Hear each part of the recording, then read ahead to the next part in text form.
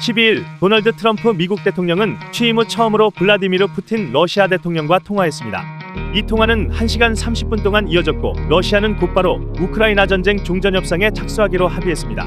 영국 일간 가디언은 푸틴은 트럼프와의 직접 통화를 기다리고 있었다며 1라운드를 이긴 건 푸틴이라고 전했습니다. 푸틴은 우크라이나를 침공한 후 약 3년간 경제 제재, 대규모 병력 손실, 대외 신임도 하락 등 숱한 위기의 순간을 맞았지만 이번 트럼프와의 통화로 묶였던 손발이 풀리고 세계 무대에서 주도권을 가져올 가능성도 열렸기 때문입니다.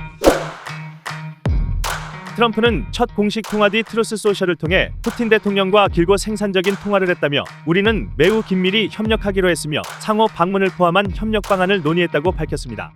그는 러시아를 종전협상 테이블에 앉히기 위해 푸틴의 구미가 당길 만한 발언과 제안들을 내놨습니다.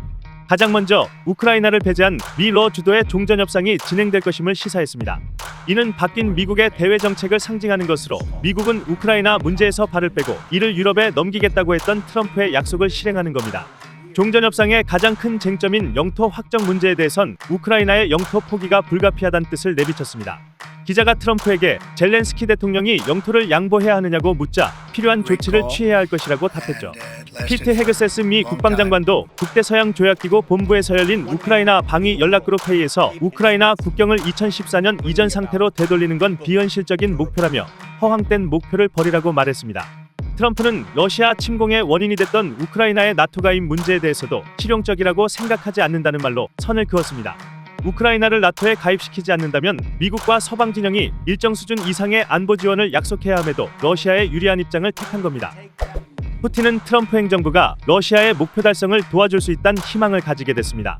가디언은 러시아 대외정책기관 소식통을 인용해 이제 푸틴의 초점은 오직 트럼프, 다른 사람들은 중요하지 않다며 다음 행보는 트럼프와의 밀실의 기회를 확보하는 것이라고 전했습니다. 트럼프는 백악관에서 기자들과 만나 푸틴 대통령과 사우디아라비아에서 처음 만나게 될 것이라고 밝혔습니다.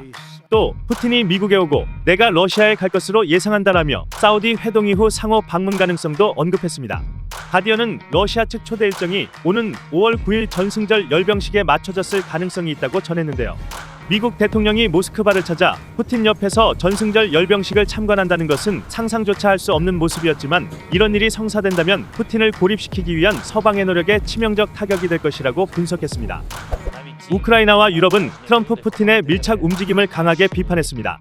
볼로디미르 젤렌스키 우크라이나 대통령은 13일 취재진들 앞에서 독립국가로서 우리가 배제된 어떤 합의도 받아들이지 않을 것이라며 중요한 것은 푸틴의 계획대로 진행되지 않도록 하는 것이라고 밝혔습니다.